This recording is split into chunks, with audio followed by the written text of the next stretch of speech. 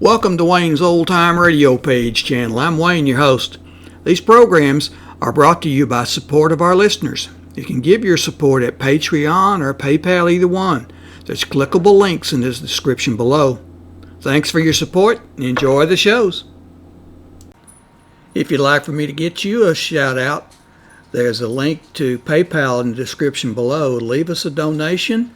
We'll get it up here for you. Just tell us who you want it to. You, a friend, a girlfriend, a wife, spouse, whatever. And we'll get it up here. Sounded good, real good. A weekend at Malibu, expenses paid with a cash bonus thrown in. But that was before I knew about the henchman, the redhead, and the corpse. These three and a white Panama hat ruined it all for me. From the pen of Raymond Chandler, outstanding author of crime fiction, comes his most famous character as CBS presents The Adventures of Philip Marlowe.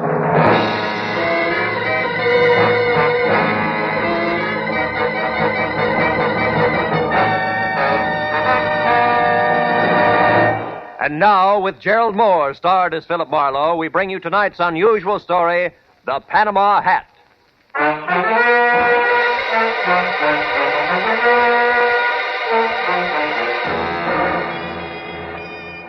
I was sitting in my office bombing the ashtray on my desk with paper clips, wondering what kind of a job a private detective gets when clients stop calling completely. I was seesawing between the picture of me as a well-starched huckster and the more comfortable portrait of Marlowe, author in English tweeds, man of distinction. And the telephone brought me to a rude awakening. Marlowe speaking. My name is Isabel Gordon, Mr. Marlowe. I must see you at once. My husband Bruce is in terrible danger. Could you possibly meet me in an hour at the Pelican Inn? It's a small roadside place on the way to Malibu. I'll explain everything then. Pelican Inn, 1 hour, Mrs. Gordon.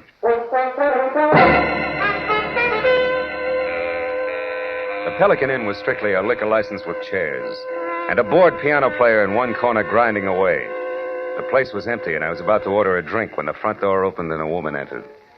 She was tall and thin and right out of Harper's Bazaar, from double ankle-strap shoes to close-cropped hair. One look at her fear-crowded eyes, and I knew it was Isabel Gordon. I got up and introduced myself. Then we went to a table, and she started to talk. For 2 weeks now, Mr. Marlowe, my husband Bruce has been receiving unsigned, threatening letters. I'm almost sick with worry. I don't know what to do. Now, wait a minute, Mrs. Gordon. The first thing to do is to get hold of yourself. And tell me the whole thing right from the beginning. Yes, all right. Well, first of all, Bruce and I have only been married a little more than a year. We're living with my uncle, Avery Fairchild, on an estate out beyond Malibu. I see. What does your husband do for a living, Mrs. Gordon? Why, he's a photographer. Movie or commercial? Well, at present, it's neither. You see, Bruce has been terribly unsettled since the war. Lost, sort of, and then recently he got interested in photography, and it's been a great help to him. But he doesn't exactly work at it, huh? Well, he's converted one of the rooms in the guest cottage into a studio, and he spends almost all of his time there experimenting with portrait work. But he doesn't actually have a job, if that's what you mean. How does that appeal to your Uncle Avery? Oh, I'll be honest with you, Mr. Marlowe. My uncle thinks the sun rises and sets on me, but with Bruce... It's total eclipse, is that it? I'm afraid so. All his life, Uncle Avery has been concerned only with dollars and cents. He simply doesn't understand or sympathize with an artist's viewpoint. Uh-huh. Now, what about these unsigned letters? Well, Bruce has been getting them for the past 2 weeks. They're always made up of words cut from newspapers and pasted on ordinary paper. That's a cheap stunt. What do they say? Each one threatens my husband's life. Yet both he and Uncle Avery consider them nothing more than the work of some harmless crank, in spite of the fact that for the last several days I've seen a strange man lurking around our place every night. Can you describe him? No, except he's about your height and build. Is that all? Yes. No, Wait a minute. There is something else.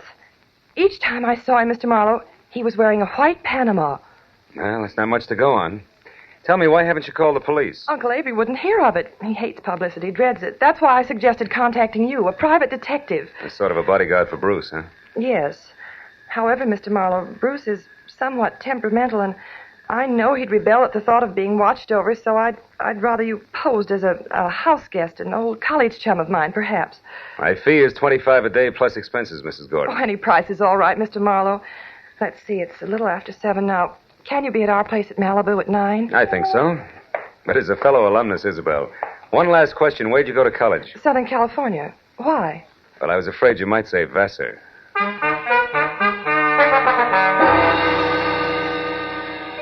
After Isabel left, I remembered that I was already on my expense account.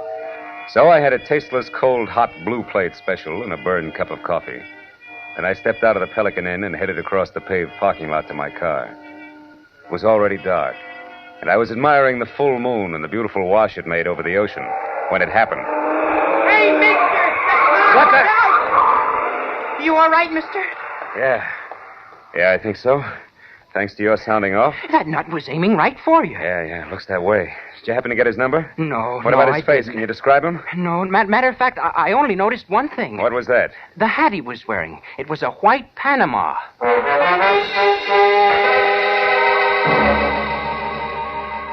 I tried to be broad-minded, but there was no other way to look at it. The gentleman in the white Panama hat definitely meant business. I returned to my apartment in Hollywood, where I shaved, showered, and packed. And then I headed for Malibu. At 8:45, I was inside the grounds of the Fairchild estate. Another mile, and I was at the front door. When I entered, Isabel greeted me like I was a keg of brandy around a St. Bernard's neck. Then we waded through an inch-thick carpet to the library where Uncle Avery, fat, bald, and looking like he'd just bitten into an underripe persimmon, was waiting. I wasn't asked to sit down, and I wasn't offered a cigar. Avery Fairchild was not one to waste time. I'm a very rich man, Mr. Marlowe. As such, I'm the target for all kinds of fortune hunters, confidence men, and cranks. In my lifetime, I've been threatened and pestered by a score of crackpots, each one slightly more psychopathic than the last. It's never bothered me, and it never will. However, in this case, the approach is a bit different. Meaning you think somebody's trying to get at you through your nephew, huh? Never refer to him as my nephew. My niece's husband, if you please. And don't forget it. Uncle Avery. Isabel, my feelings about your husband are no secret. You're being unfair, Uncle Avery. Just because Bruce is an artist and he... Artist, is he? Why, Isabel, that man's no more an artist than I am a horse jockey. Good evening, everybody. Hello, Bruce. Hello, darling. You were saying something, Uncle Avery? Bruce, I want you to meet Philip Marlowe. We were great friends at school, and when I heard he was in town for a while, I insisted that he spend a weekend with us. How do you do, Mr. Gordon? It's a pleasure to have you with us, Mr. Marlowe. You're very welcome. I do the welcoming around here, Bruce. Mr. Marlowe's had a long trip, and I'm certain he'd like to turn in early. Bruce, darling, he's going to stay in the guest cottage, the room next to your studio. Will you show him there, please? Oh, I'll be glad to. By the way, Isabella, I'm going to work late, so I'll say good night to you now. Good night, dearest. Good night, sweet. Please be careful. Yes, Bruce, by all means, be careful. Remember, the true artist belongs to posterity. Or something.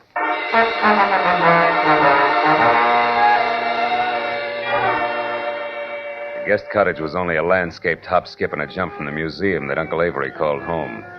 And as Bruce and I strolled along a flagstone path, I feigned a deep interest in photography. That was all my host needed. He struck at the bait like a shark with malnutrition.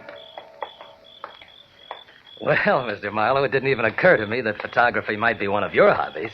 Isabel never said a word. Well, good for Isabel. I'm strictly a dabbler. Now, tell me, Mr. Gordon, how long have you been at this? Portrait work? Hmm. Oh, about 6 months.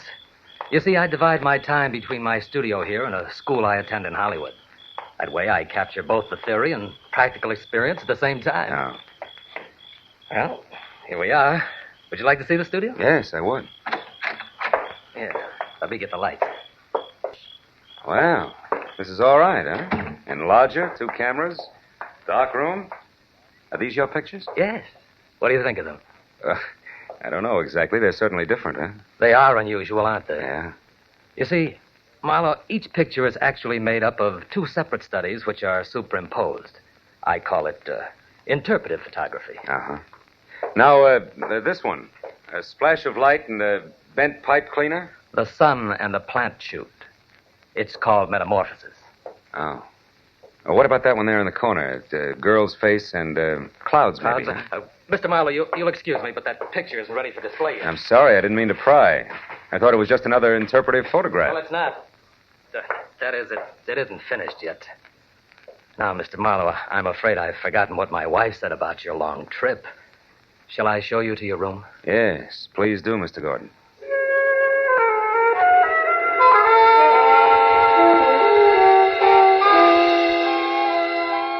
My room on the other side of the guest cottage was wider than Hollywood Boulevard.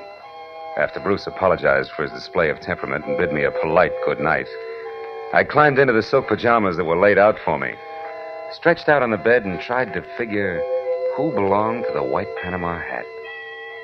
But an hour passed, and I wasn't getting any sensible answers.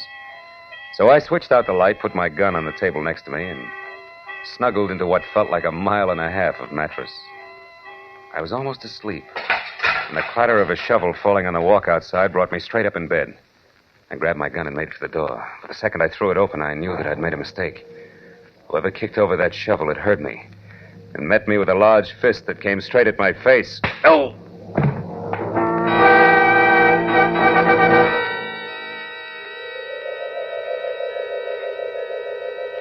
As I came back into the world, I was embarrassed to find myself alone and flat on my back.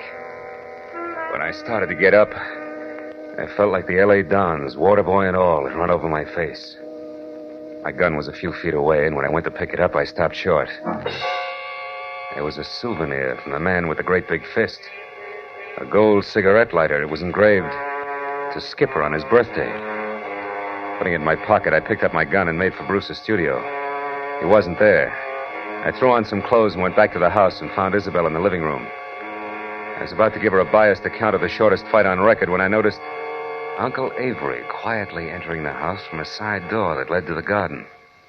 What's the matter, Phil? Bruce isn't in the studio anymore. What? Now, Isabel, there's no reason for alarm.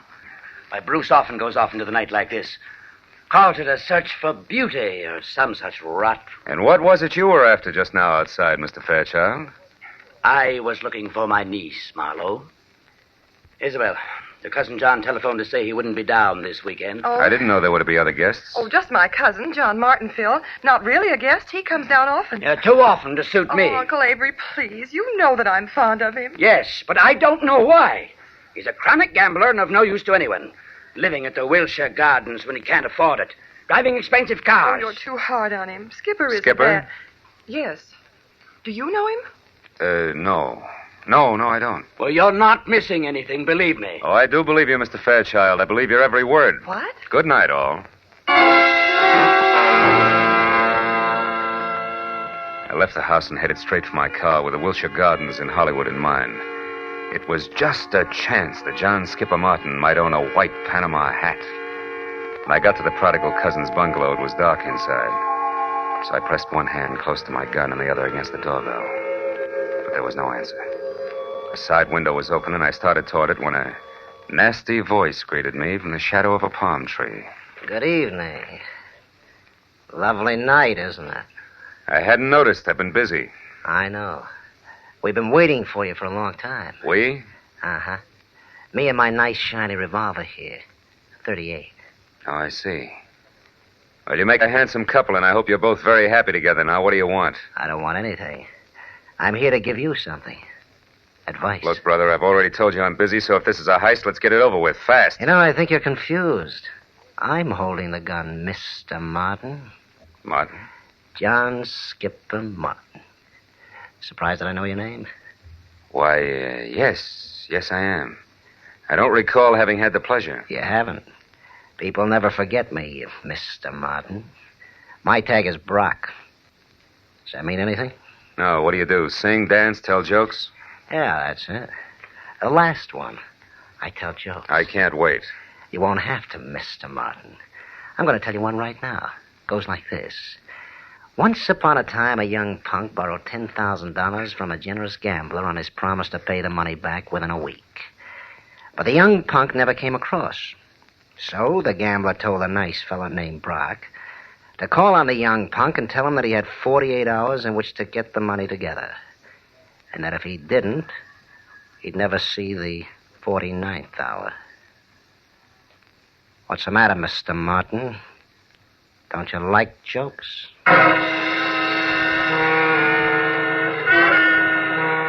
Brock grinned, shoved his 38 into a shoulder holster, and walked away.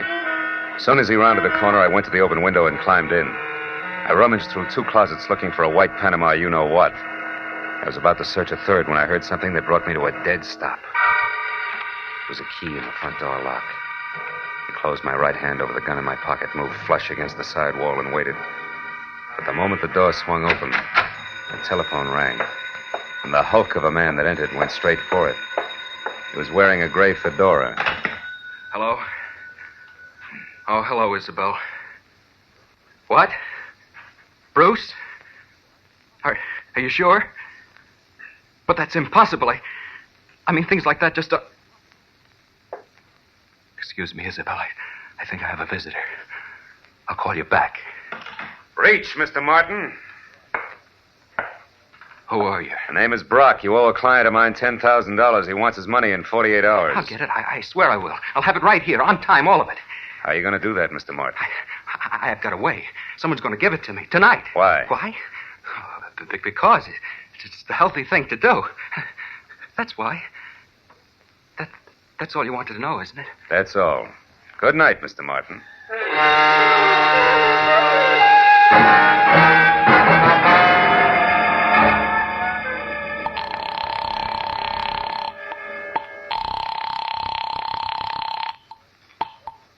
Hello? Mrs. Marlowe, Isabel. I'm calling from a drugstore in Hollywood. Has Bruce returned yet? No, and he won't. He's been kidnapped. What's that? And whoever did it wants $50,000 before morning, or we'll never see Bruce alive again.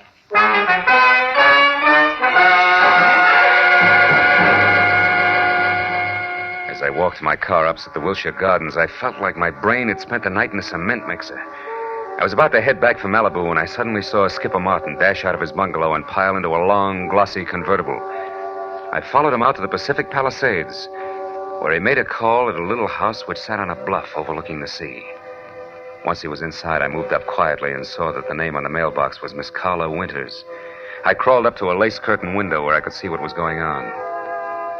One look at Miss Winters made the damage I was doing to my tweeds worthwhile. She was strictly Dragon Lady, with flaming red hair and a waist you could span with two hands, if you were lucky enough to get that close. And the rest of the measurements fit just perfect. Why, you sniveling coward, you wouldn't dare open your mouth about us. Wouldn't I? Listen, Carla, I've got myself Skipper Martin to look after. First, last, and always. You remember that. Why should I? You've always been cheap talk and no more. Look at you now. You're in trouble, so what do? You holler blackmail. Go on, get out of here. Get out of here before I kill you.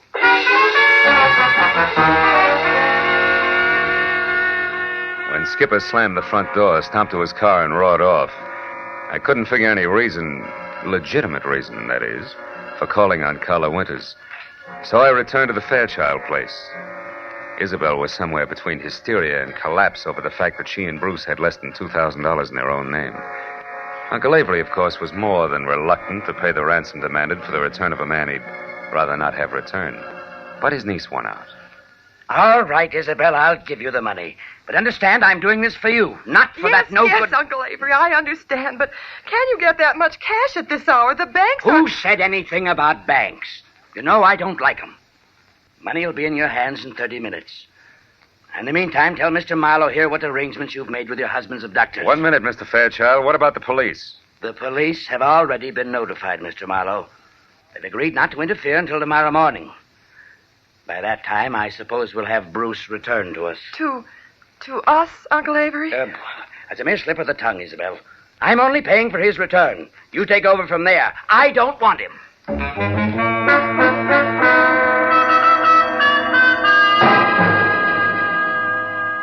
A half hour later, Avery Fairchild handed me a bundle of bills which added up to $50,000 cash. The bills seemed slightly dirty. The old geezer must have had them buried someplace. For a moment, I couldn't help thinking, boy, to get at this place with a shovel sometime.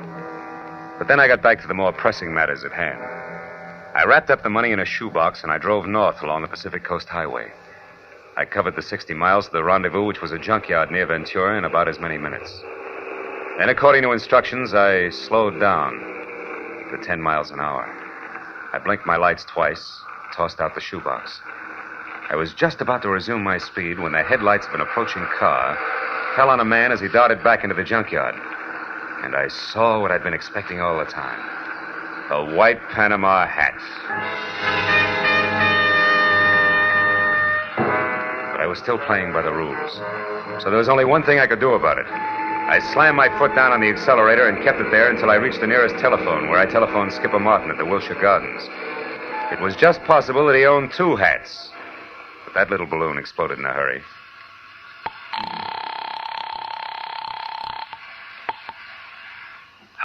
Mr. Martin? Yes. Who is this? This is Brock, remember me? Oh, yes, of course. I've been hoping you'd call. You mean you got the money right now? Well, no, not this minute, but I will have it in a couple of hours. You're sure, Mr. Martin? I'm positive, Brock.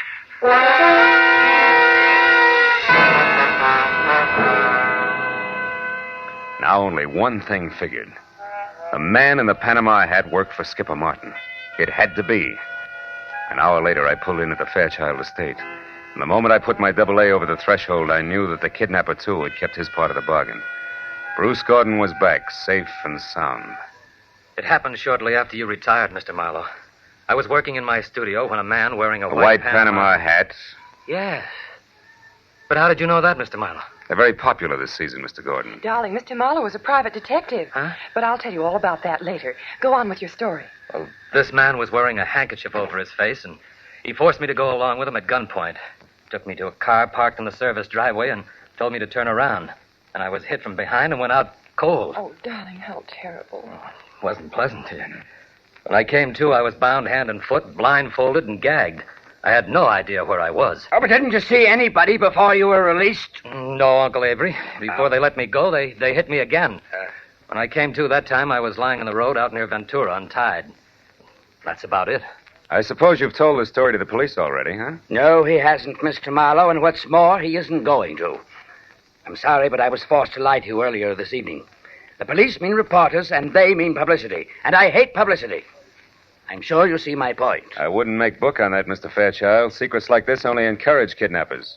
Well, since we no longer see eye to eye, Mr. Marlowe, I'd suggest that we consider your services at an end. I'll have my check at your office in the morning. Good night, sir.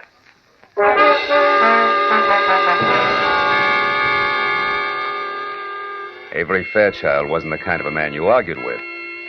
I threw my coat over my arm, tipped my hat to Isabel, and stepped outside. I hadn't once mentioned Skipper Martin to the family. That might have been a mistake, but I still wanted to look around before I yelled copper. As I walked past the guest cottage, I decided to go in and check Bruce's studio.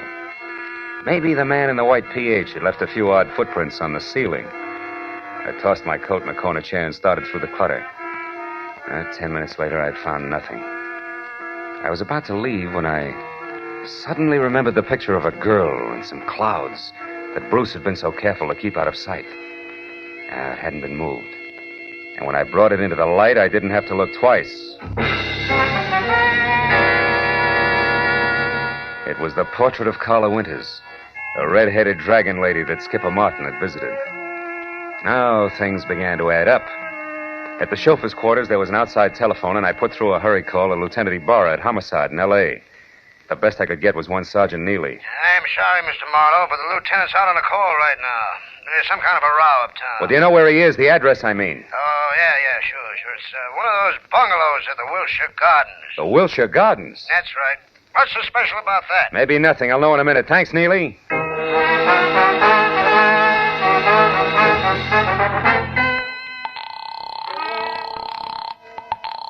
Hello? This is Marlowe, Ibarra. What brings you to Skipper Martin's at this late hour? Well, it seems as though some person or persons unknown fired a gun several times a little more than an hour ago. 4 shots, to be exact. Well, you think Skipper Martin fired them? No, Marlowe, I'm sure Martin didn't fire them. You see, he stopped them, personally.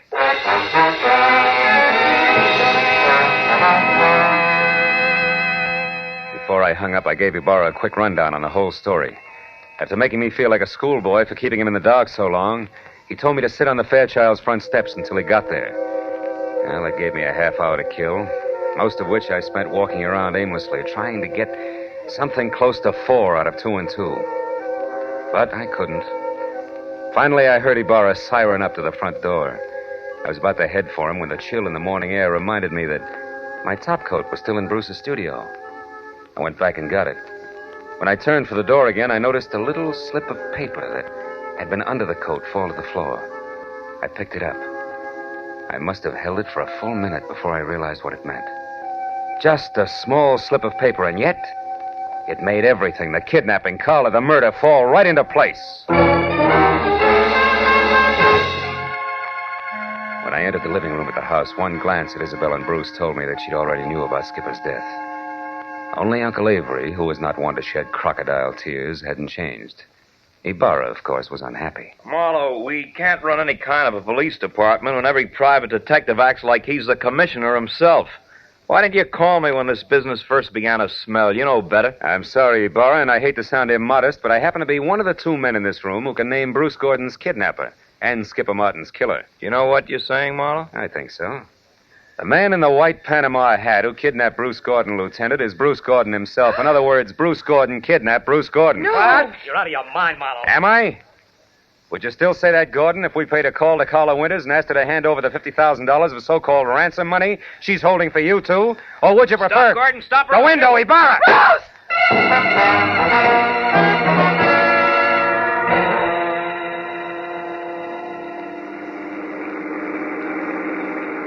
Then, in other words, Marlowe, Bruce, who eventually planned to divorce Isabel and marry Carla Winters, wanted to have a little stake, like $50,000 around first. That's right, Ibarra.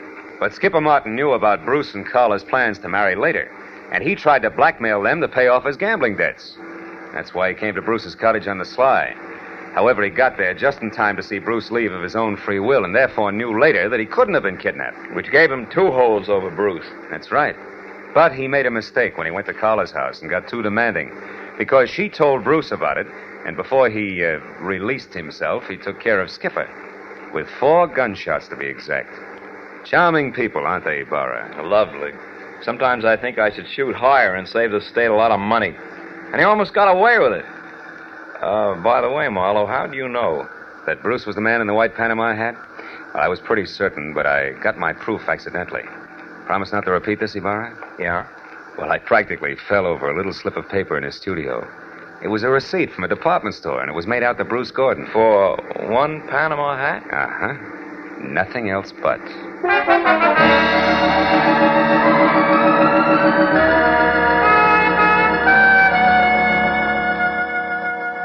When I finally got back to my place on Franklin Avenue, the sun was already up. And the people who work at nice, sane jobs were beginning to fill the streets. I'd been on the go for a steady 24 hours, so I could think of nothing but my bed. I was about to put my key in the lock when a next-door neighbor walked by, bid me a cheery good morning, and started down the corridor. Now, that alone wouldn't have disturbed my sleep, but why did he have to be wearing a white Panama hat?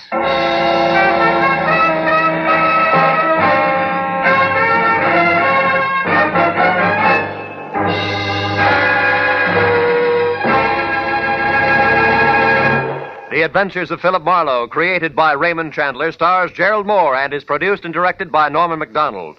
Featured in tonight's story were Jacqueline DeWitt as Isabel Gordon, Wilms Herbert as Uncle Avery Fairchild, Bill Lally as Bruce Gordon, Shep Menken as Skipper Martin, and Lou Krugman as Brock. Detective Lieutenant Ibarra is played by Jeff Corey. The special music was conceived and conducted by Richard Orant.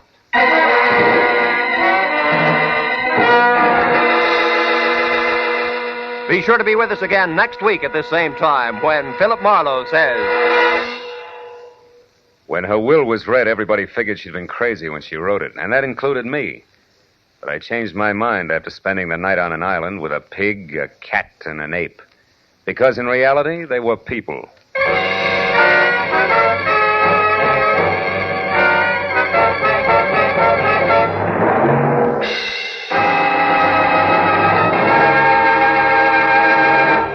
Tonight, Amos and Andy return to the CBS network. And along with all their friends, Kingfish, Lightnin, and Henry Van Porter, they're settling down for a permanent stay. Be listening for them later this evening over most of these same CBS stations.